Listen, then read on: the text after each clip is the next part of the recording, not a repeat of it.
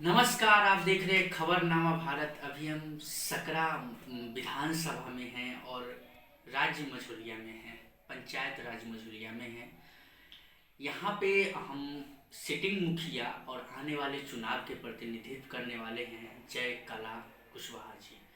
इनके प्रतिनिधित्व हुए रामप्रीत प्रसाद जी, जिनसे हम बातचीत करेंगे।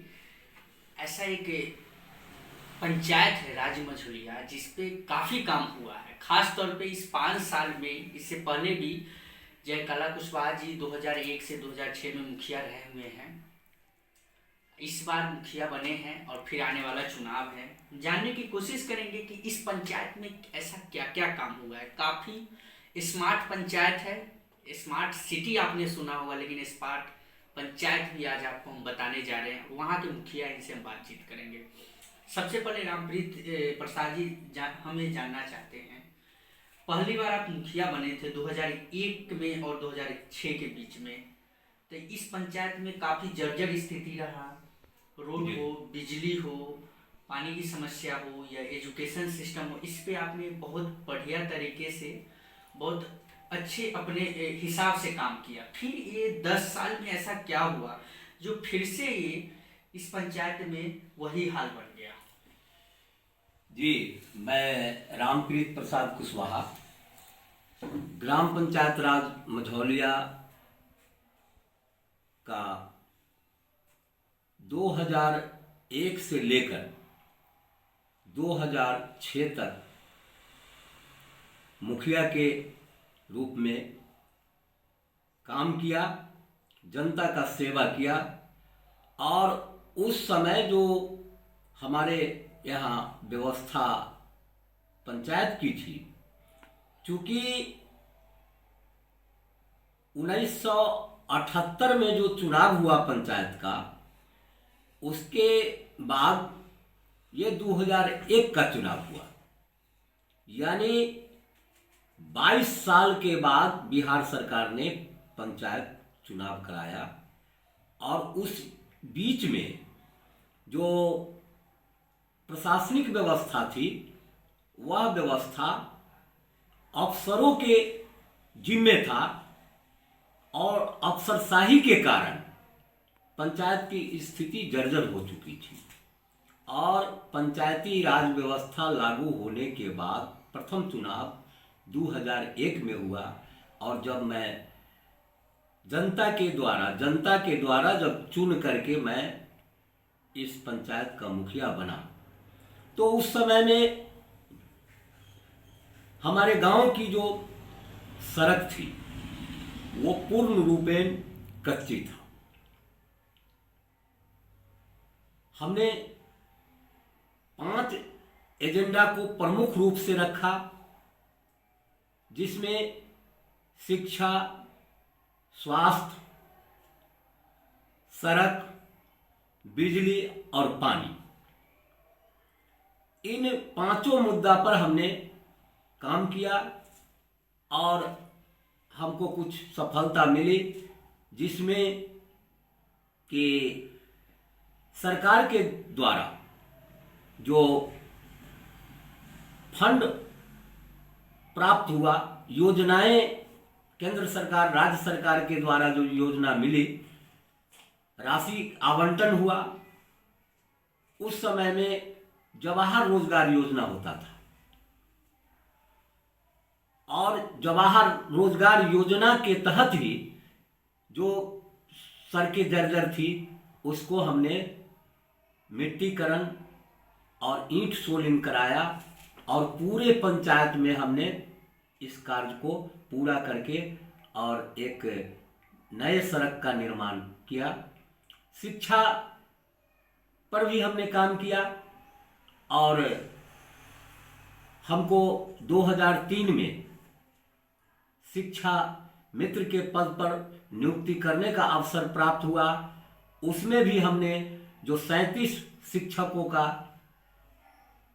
चयन किया, वो अच्छे लोग आए चयन में।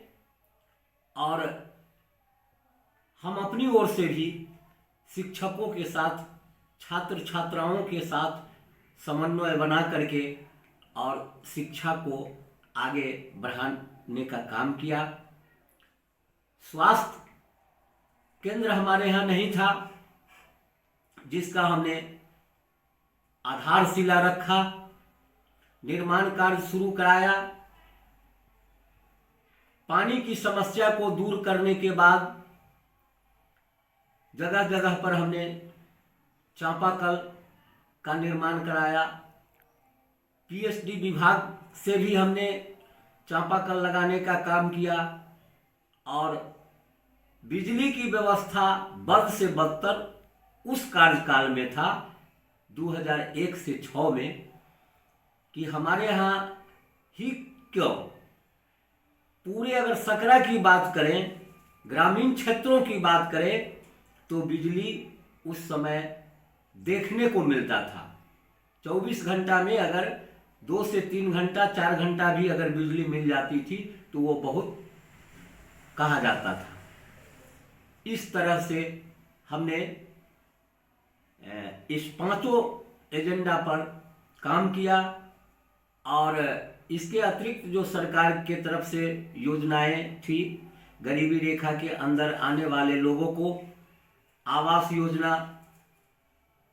अथवा उन्नयन योजना,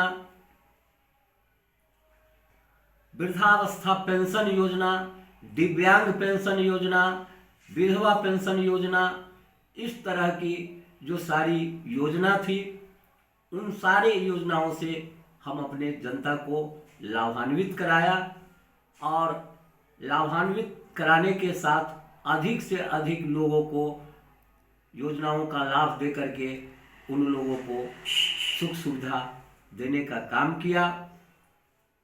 साथ ही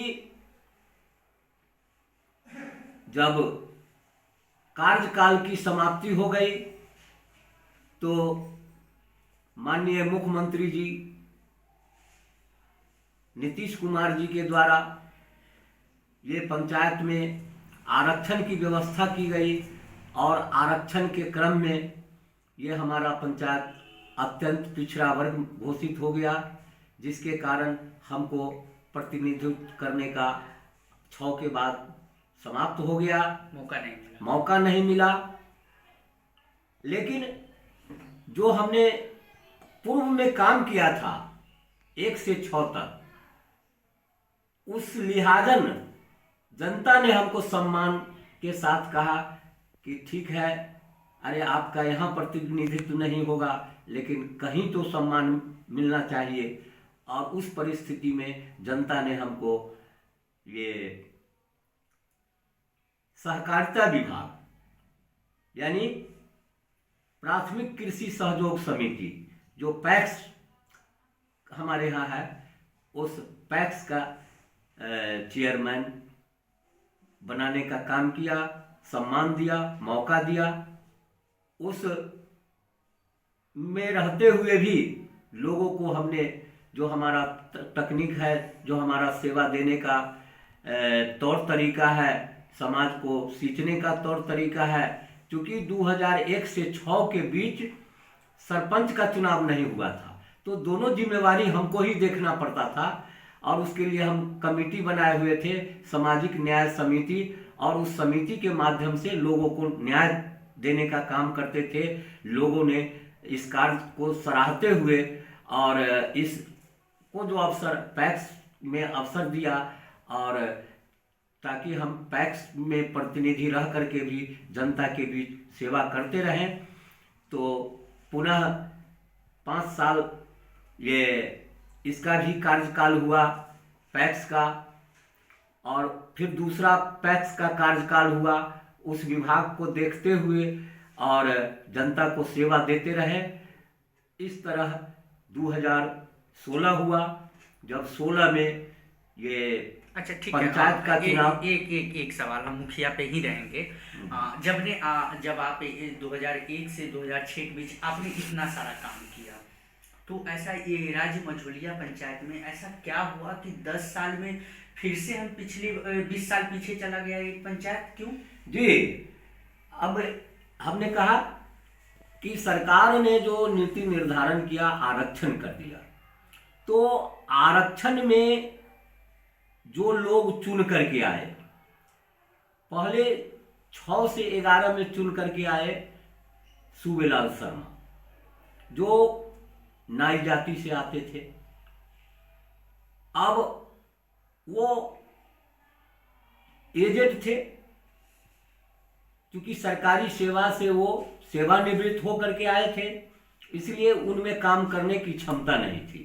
दूसरी बात है कि उनके पास जानकारी का अभाव था और वैसा कोई किसी से कॉपरेशन लेने का काम नहीं किया।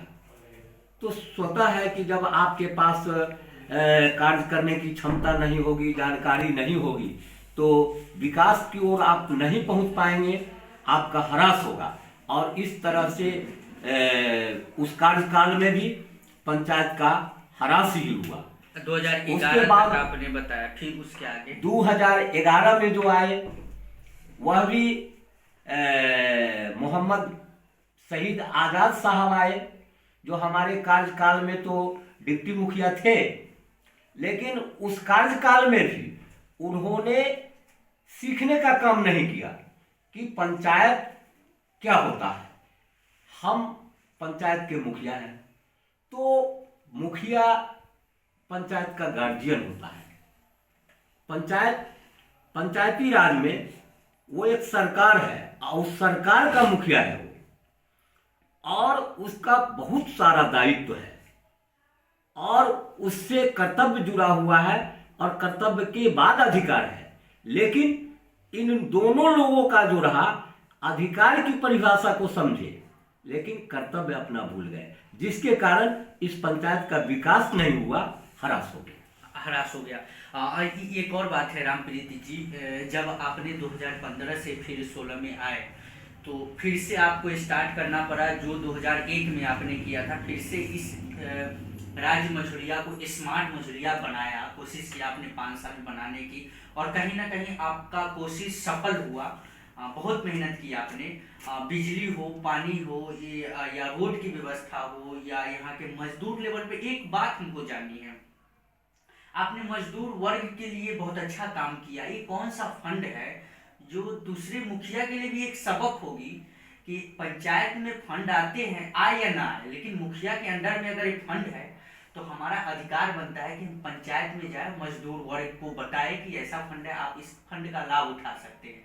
और हमें पता चला है कि राज्य मझौलिया में आज इस फंड को बहुत अच्छे तरीके से लाभ उठाए और मजदूर वर्गों के लिए काम किए। 300 से ऊपर मजदूर वर्ग के लिए। कौन सा फंड है, जरा हमें बताइए। जी, जब हम 2016 में जब आरक्षण का जो चक्रानुक्रम था सरकार के द्वारा, वह अत्यंत पिछड़ा का जो सीट था उसको समाप्त करके और यहाँ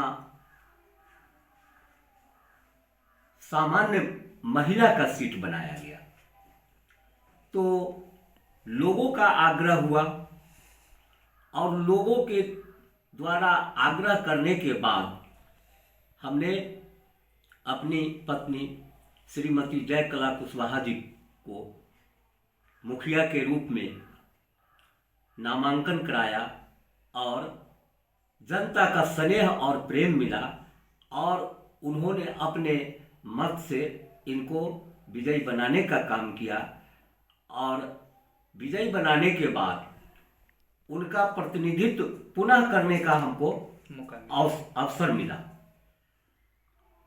उसमें भी एक निगरानी कमेटी बनी और निगरानी कमेटी बनने के बाद 11 आदमी की निगरानी कमेटी बनी और उन लोगों ने तय किया कि आप इसका जो है सो आप प्रतिनिधित्व करें और हम लोगों को अच्छा सेवा दें। हम ये जो मजदूर फंड है इसके बारे में हम जानने की कोशिश कर रहे हैं आपसे।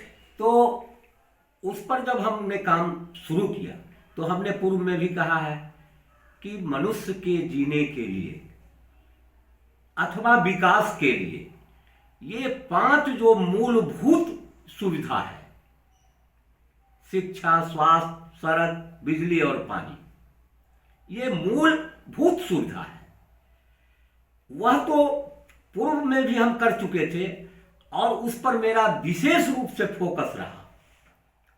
और सरकार का भी फोकस है, सरकार का भी एजेंडा है कि गांव में जो मजदूर हैं उनके लिए सरकार की ओर से भी योजना चलाई जाती है, जो आज उसको हम मनरेगा के रूप में जानते हैं, यानी महात्मा गांधी ग्रामीण रोजगार गारंटी योजना, मनरेगा। तो उसके तहत भी हमने मजदूर का जॉब कार्ड बनाया और जॉब कार्ड बना करके उन मजदूरों को काम दिया। और जब हमको जिला स्तर पर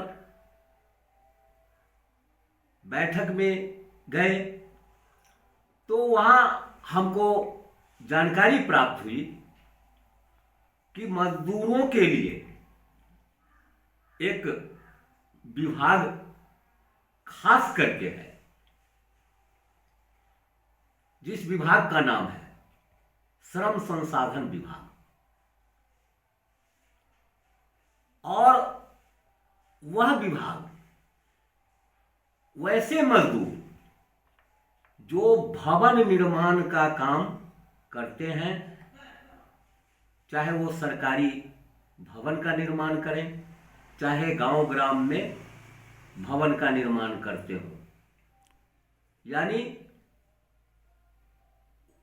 मकान से ताल्लुक बनाने से ताल्लुकात रखने वाले मजदूर, वो राजमिस्त्री के साथ काम करने वाले जो मजदूर हैं, जो गिट्टी ढोते हैं, जो बालू ढोते हैं, जो मसाला बनाते हैं, मिट्टी काटने का काम करते हैं, उसमें जो घर में पेंट का काम करते हैं, पैटिंग प्लास्टर का काम करते हैं, बिजली लगाने का काम करते हैं, उसमें लोहार और बढ़ई जो कामगार होते हैं, जो किवाड़ है, चौखट है, वो फर्नीचर का काम करते हैं, जो नल जल लगाने में काम करते हैं, जिस मकान संबंधित वैसे मजदूर का सरकार के द्वारा निबंधन की जाती है। और निबंधन के पश्चात उनके रख रखाव के लिए, उनके स्वास्थ्य के लिए प्रतिवर्ष 3,000 रुपया उस मजदूर के खाते में जाता है। और उस मजदूर का जब तक वह मजदूर 60 बरस का रहता है, 60 बरस तक उसके खाता में प्रतिवर्ष 2 तरह का पैसा, एक स्वास्थ्य के लिए, एक कपड़ा के लिए, दोनों मिलाकर के कुल 5,500 रुपया सरकार के द्वारा उस मजदूर को भेजी जाती है। और उसका 4 लाख का इंश्योरेंस कवर करती है विभाग। और उसकी जो 2 बच्चियां, अगर 3 है 4 है, तो सरकार उसमें से 2 बच्ची को जिस दिन निबंधन होगा उसके 3 साल के बाद अगर उस बच्ची की शादी होगी तो 50-50 हजार रुपया दोनों बच्ची के शादी में उसको सरकार वो अनुदान के रूप में या सहयोग के रूप में, जिस रूप में कहा जाए उस रूप में देगी। एक खासियत और इस योजना का है कि ऐसे हम जब 60 वर्ष के हो जाते हैं तो मुख्यमंत्री वृद्धजन पेंशन या राष्ट्रीय वृद्धावस्था पेंशन का लाभ मिलता है। लेकिन जिस मजदूर का इस योजना में निबंधन हो चुका है, जब वह मजदूर 60 वर्ष होगा तो ऑटोमेटिक इसका कन्वर्सन हो जाएगा, कन्वर्ट कर जाएगा उसको पेंशन में, और उस मजदूर को 3,000 रुपया प्रति महीना पेंशन के रूप में दिया जाएगा। जब इसकी जानकारी मिली तो हमने पदाधिकारी से बात किया, जिला श्रम आयुक्त से बात किया, जिला के जो श्रम संसाधन के पदाधिकारी हैं जिला के, उनसे बात किया। प्रखंड स्तर पर जो पदाधिकारी हैं उन पर बात किया। कभी इससे पूर्व में कभी ये लोग जानकारी नहीं देते थे, लेकिन जब जानकारी हुई तो बात हुई, और उसके बाद हमने अपने पंचायत में कैंप लगाना शुरू किया। तो 2018 में हमने कैंप लगाया, तो उसमें लगभग 50 से ऊपर मजदूर का, 60-70 मजदूर का हमने निबंधन करा दिया, एक्सपेरिमेंट के तौर पर कि इसको मिलता है क्या। फिर 2019 में कराया, 19 में करीब 150 लोगों का कराया, और 2020 में 200 लोगों का कराया। यानी कुल मिलाकर के 300 से एवं मजदूरों को हमने निबंधन करा दिया। ये योजना जिसमें जिन मजदूरों का 2018 में जिन लोगों को हमने निबंधन करा दिया, उन मजदूर के खाते पर 18 का 3000, 19 का 3000 और 20 का 2000 मजदूर के खाता पर चला गया है। हम मजदूर का नाम बताएंगे, आप मजदूर से आप जाके पूछ सकते हैं, उसको देख सकते हैं, उसका अकाउंट देख सकते हैं, इसमें कहीं से कोई दो मत नहीं है। जिसका 19 में हमने रजिस्ट्रेशन करवा दिया है, उसको 19 का 3000 और 20 का 2000, 5000 रुपया चला गया है। 20 में जिनका रजिस्ट्रेशन हमने कराया है, वैसे मजदूर के खाता पर 2000 रुपया गया है, और सभी मजदूर के खाता पर 300 एवं जो मजदूर निबंधन हुआ है, निबंधित किए गए हैं विभाग के द्वारा, उन सभी मजदूर को 2500 रुपया कपड़ा के लिए, क्योंकि अभी ये नई योजना शुरू हुई है, सरकार ने घोषणा किया है, माननीय मुख्यमंत्री जी ने इस पिछले स्वतंत्रता दिवस के अवसर पर उन्होंने घोषणा किया था कि श्रम संसाधन विभाग के द्वारा मजदूरों को हम 2500 रुपया कपड़ा के लिए देंगे, जो पैसा अब जारी होने जा रहा है। अगर नहीं जारी हुआ तो माननीय मुख्यमंत्री जी ने घोषणा किया है, इसलिए मैं उस मामले में भी कमजोर नहीं हूं कि मैं मुख्यमंत्री जी को डायरेक्ट पत्र लिखूंगा कि आपने घोषणा किया, मजदूर का कपड़ा का पैसा अभी तक आपने नहीं भेजा है। ठीक है। एक बात जानना चाहेंगे रामप्रीति जी, खास तौर पे आपने काम बताया, ये लग रहा है राज्य मझौलिया पंचायत में लगता है कि आपने काम किया है, काफी काम किया है।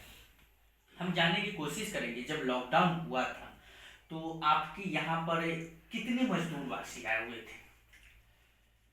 जब हमारे यहाँ लॉकडाउन हुआ था तो लगभग 300 से एवं मजदूर हमारे यहाँ आए। कुछ लोग चोरी छिपे आए, और उस समय में हो सकता है कि 300 से एवं कहने का मतलब 500 के लगभग भी हो जाए, क्योंकि कोरोना के नाम पर लोगों को या हमको आदेश था कि जो अगर बाहर से अगर आता है तो उसको सीधे सेंटर पर पहुंचाना है।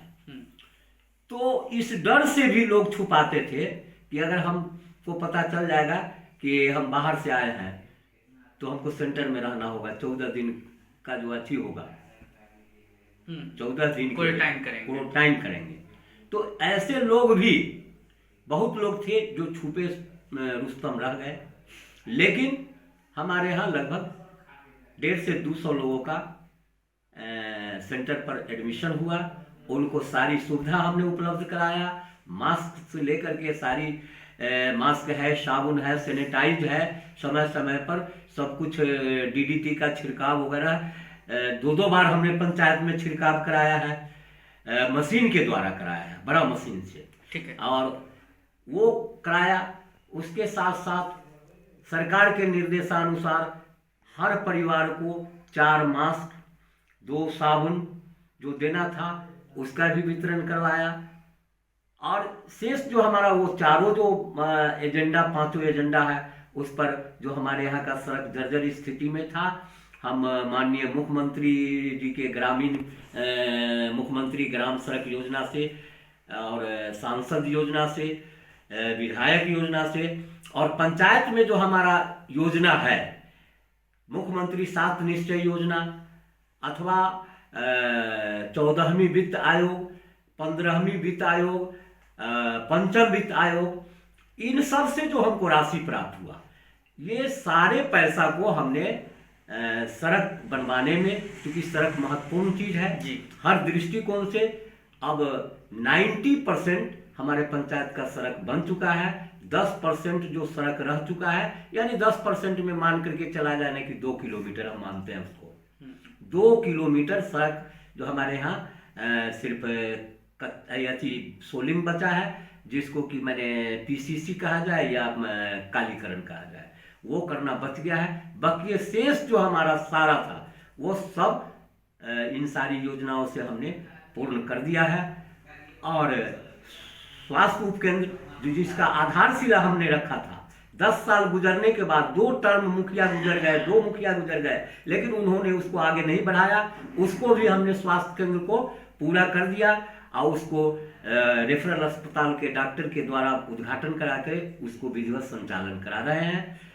बिजली की जो जीर्ण शीर्ण व्यवस्था थी, वो सारा तार और पोल, जहां जहां लकड़ी का पोल था, उन सब चीज को बदल दिया, कवर तार लग गया और 22 घंटा बिजली रहती है। और सभी पोल पर जो खंभा है, बिजली का खंभा है, उस पर हमने स्ट्रीट लाइट लगा दिया है, ताकि गांव के लोगों को या बाहर से आने वाले लोगों को किसी तरह का कठिनाई नहीं हो। और पानी की भी जो हमारे यहाँ समस्या थी, उसको भी मुख्यमंत्री जी का 7 निश्चय योजना, नल जल योजना से जो था, उसके माध्यम से हमारा जो 15 वार्ड है, 15 वार्ड में हम नल जल का काम पूर्ण कर चुके हैं। और जहां तक 11 वार्ड का हमारा इंजीनियर या एसडीओ आ करके उसको देख करके उसका एमबी कर चुके हैं। और एमबी आप समझते होंगे, एमबी का मतलब होता है जो मेजरमेंट, तो मेजरमेंट कर चुके हैं, वह भी हम सरकार के नेट पर डाल चुके हैं। 4 वार्ड में एमबी मेरा नहीं हुआ है, उसको भी मेरा कोशिश है कि काम पूरा है, पानी मिल रही है, एमबी मेजरमेंट नहीं हुआ है, उसको भी हम प्रयास में है कि 2, 4, 5, 10 दिन में उस कार्य को भी हम पूरा कर दें। उसके अतिरिक्त जो अभी लोगों की सुविधा है, जैसे कि कबीर अंत्येष्टि का है, तो मैक्सिमम पूरे सकरा प्रखंड में मेरा पहला स्थान है, जो हमने इस योजना का, कबीर अंत्येष्टि योजना का लाभ दिलाने का काम किया है। क्योंकि इसमें जो बीपीएल परिवार के लोग हैं और उस परिवार का कोई व्यक्ति मर जाता है, तो सरकार की ओर से 3000 रुपया उनके दाह संस्कार में देना है। उस पैसा को हम एडवांस देते हैं और बाद में हमको सरकार देती है। जब हम उसका मृत्यु प्रमाण पत्र बनवाते हैं, उसका बीपीएल लेकर के ऑनलाइन करते हैं, तो उसके बाद सरकार पैसा भेजती है। उसके अतिरिक्त पेंशन योजना है। पेंशन योजना में 4 योजना है, राष्ट्रीय वृद्धावस्था पेंशन, राष्ट्रीय विधवा पेंशन, लक्ष्मीबाई पेंशन और विकलांग पेंशन। विकलांग तो कहना नहीं चाहिए, दिव्यांग पेंशन होता है। तो सबका क्राइटेरिया बना हुआ है, सबका नियम है कि विकलांग या दिव्यांग जिसको कहते हैं, वो 0 से लेकर के और किसी उम्र में उसका अगर मेडिकल सर्टिफिकेट अगर होगा तो उसको हम मान के चलते हैं। तो ये सारे पेंशन आप योजना अपने पंचायत में बखूबी ढंग से निभा रहे हैं और कहीं ना कहीं यहाँ के लोगों को लाभ मिल रहा है। जी ठीक है। एक लास्ट सवाल जानना चाहेंगे। खास तौर पे बड़ा लंबा इंटरव्यू हो रहा है, लेकिन इस इंटरव्यू में आपने जिस तरीके से हमें काम गिनाया है और बताया है, अगर दूसरे पंचायत में इस तरीके से काम हो तो कहीं ना कहीं मान के चलते कि स्मार्ट पंचायत बन जाएगा। हाँ, निश्चित रूप से बन जाएगा। रामप्रीति जी, लास्ट सवाल आपसे। जय कला कुशवाहा जी यहाँ के मुखिया है, प्रतिनिधित्व हुए, राज्य मझुलिया के जनतावासी 15,000 के समथिंग में होंगे, आने वाले चुनाव के लिए क्या संदेश देना चाहते हैं? आने वाले चुनाव के लिए देखिए, मैं सबसे पहले ये आपको बताना चाहूँगा, और मेरा उस बिंदु पर अपना प्रैक्टिकल एक्सपीरियंस है और उस पर जनता भी सोचती है। महाभारत में या गीता में आया है कि कर्मण्येवाधिकारस्ते मा फले सुखदाते। हम मनुष्य हैं और राजनीति हम करते हैं, पॉलिटिकल पार्टी से भी जुड़े हुए हैं। ऐसी बात नहीं है। हम जेपी मूवमेंट में जयप्रकाश बाबू का जब 74 में आंदोलन हुआ तो हम स्टूडेंट लाइफ में थे। गिरीन्द्र नारायण उच्च विद्यालय चंदनपट्टी का हम छात्र थे और वहाँ भी छात्र संगठन बना करके हमने उस आंदोलन में काम किया। जेपी सेनानी के रूप में हमने काम किया। हम कर्पूरी ठाकुर जननायक जिनको उपाधि मिली, हमने उनके नेतृत्व में काम किया। बिहार के डिप्टी स्पीकर रहे विधानसभा के स्वर्गीय शिवनंदन पासवान, उनके नेतृत्व में हमने काम किया। इस सकरा के धरती के गरीबों के नेता, धरती के लाल मंजेलाल, जिनके नेतृत्व में हमने काम किया। और हमको हमेशा ये प्रेरणा मिली कि अगर आप अच्छे काम करेंगे, अच्छा विचारधारा हो अगर होगी आपकी, तो आपके साथ निश्चित रूप से लोग जुड़ेंगे। Take and give. आप अगर किसी को सम्मान देते हैं तो आपको भी सम्मान मिलेगी। और कर्म आप कीजिए, फल की चिंता मत कीजिए। अच्छा कर्म करेंगे, अच्छा मिलेगा। लोगों को मैं संदेश देना चाहूंगा कि आपने काम से, क्रियाकलाप से, विचार से, व्यवहार से आप वाकिफ हैं, आप अवगत हैं। अगर हमसे अच्छा अगर कोई व्यक्ति मिलता है तो मत आपका है, आप स्वतंत्र हैं। हमारी ओर से कोई बाध्यता नहीं है, लेकिन आप विचार कीजिए। आपने कई कार्यकाल देखे हैं और इस कार्यकाल को आपने देखा है और इसकी तुलना कर लीजिए आप, और एक अवसर आप दीजिए ताकि जो छूटा हुआ काम है, हमारा जो सपना है, हमारा जो सोच है कि इस मझौलिया पंचायत को सकरा प्रखंड में एक नंबर स्थान पर रखना, नंबर वन रखना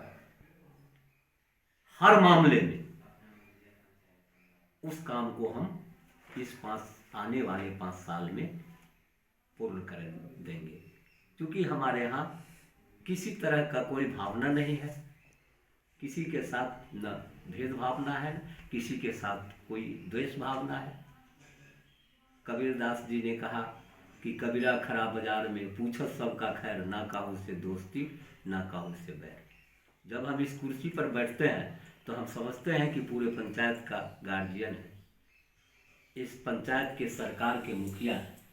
तो हमारा नैतिक जो जिम्मेवारी बनती है, उस नैतिकता के साथ साथ जनता को किसी तरह का कष्ट नहीं हो और सरकार का जो नियम है उसका 100% अनुपालन करते हुए अधिक से अधिक जनता को लाभ दिलाने का काम करते हैं। अब इसके लिए अगर आवश्यकता पड़ती है तो हम प्रखंड विकास पदाधिकारी, जिला अधिकारी या संबंधित सरकार को भी अल्टीमेटम देते हैं, सरकार से भी अनुरोध करते रहते हैं, बराबर लिखते रहते हैं अपने लेटर पैड पर, माननीय मुखिया जी के लेटर पैड पर जो कमी जनता का जो है।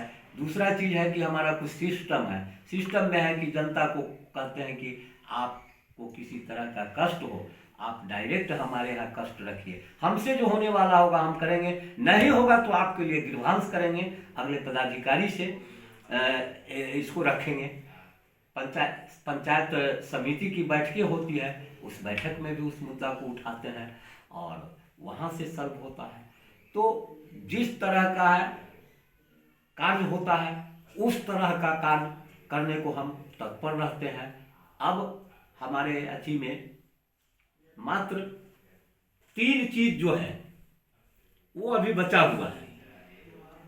अगले जो आने वाले कार्यकाल है उसके लिए 3 चीज हमारे प्रमुखता में है कि एक तो जो मैंने अगर इस वित्तीय वर्ष में हम तो चाहेंगे कि सड़क का काम हमारा जो बाकी है वो पूरा कर दें किसी तरह से, क्योंकि प्रधानमंत्री ग्राम सड़क योजना में वो चयनित है, डीपीआर बन गया है, काम नहीं कर रहा है ठेकेदार, तो उसके लिए हम इस दिसंबर माह में 25 दिसंबर तक हम एक मेमोरेंडम देंगे और धरना प्रदर्शन ब्लॉक में घेराव करेंगे, धरना प्रदर्शन देंगे ताकि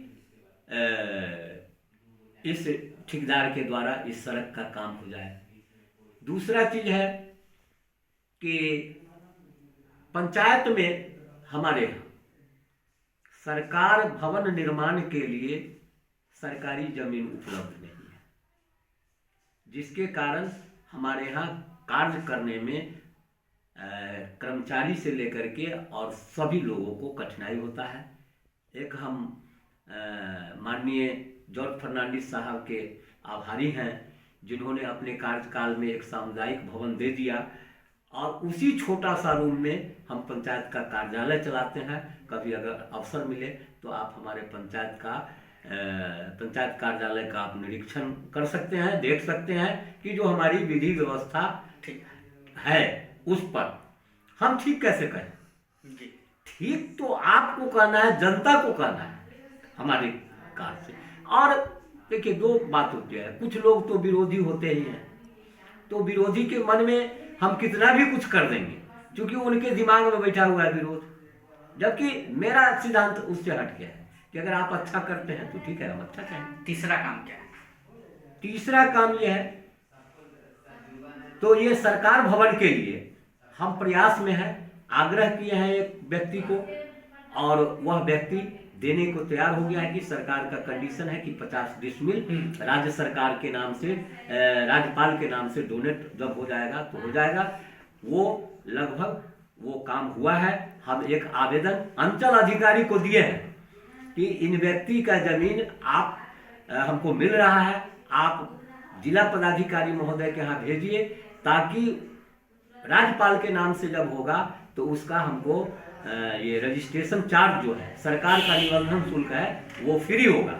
लेकिन आज तक अंचल अधिकारी लगभग 4 महीना 5 महीना से उनके टेबल पर पड़ा हुआ है, तो न इसको भेज रहे हैं जो प्राइवेट लोग हमको दान में दे रहे हैं राज्यपाल के नाम से, न उसको वो कागज भेज रहे हैं।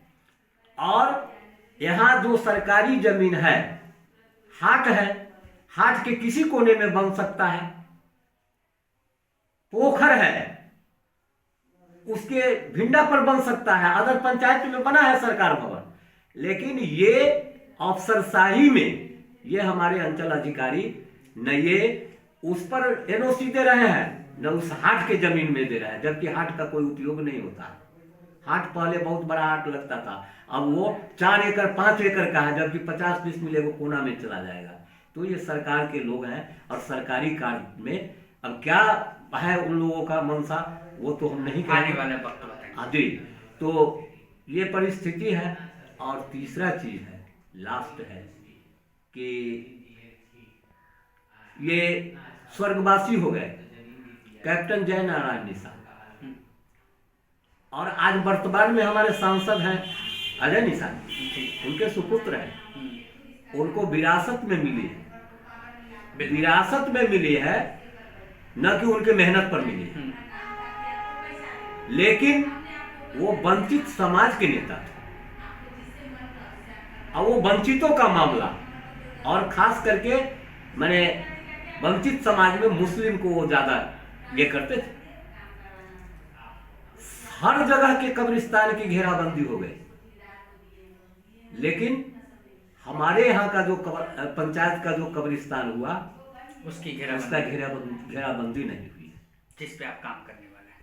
नहीं, उस पर भी मैं पिछले बार जो धरना प्रदर्शन के माध्यम से डीएम साहब को भेजा, राज्य सरकार को भेजा, तो उस पर प्रक्रिया शुरू हो गया है और उस कब्रिस्तान की पैमाइश हो गई है और उसका क्षेत्रफल ले लिया गया है और अंचल के द्वारा उसका रिपोर्ट कर दिया गया है। और जब हमने अभी जो पूर्व में ये हमारे विधायक लाल बाबू राम थे, तो हमने कहा कि भाई सब लोग तो मैंने कह करके स्वर्गवासी हो गए कैप्टन साहब, और आज जो है सो आप रहे हैं और आप आरजेडी के विधायक रहे हैं और आरजेडी की प्रमुखता है एमवाई, तो कम से कम हमको अगर कुछ नहीं दे पाए आप, तो कम से कम कब्रिस्तान को भी तो जाते जाते कुछ कर दीजिए। तो 200 फीट घेराबंदी काम करने का दिया और वो 200 फीट घेराबंदी उसमें शुरू हो गया है। और आने वाला जो कार्यकाल होगा उसमें हम पंचायत की योजना से हो या सरकार के किसी योजना से हम उस कब्रिस्तान का घेराबंदी करेंगे। ये 3 काम प्रमुख है और जो मेरा ऐसे जो काम हो रहा है उस पर तो काम ठीक हो गया। ठीक है, तो हम राज मझोलिया में थे और कहीं ना कहीं आपने इस इंटरव्यू में देखा हो, काफ़ी लंबा इंटरव्यू है, लेकिन इन्होंने जिस तरीके से काम बताया, सच में ये स्मार्ट पंचायत बनने लायक है और बनने जा रही है और कहीं ना कहीं बन चुकी है।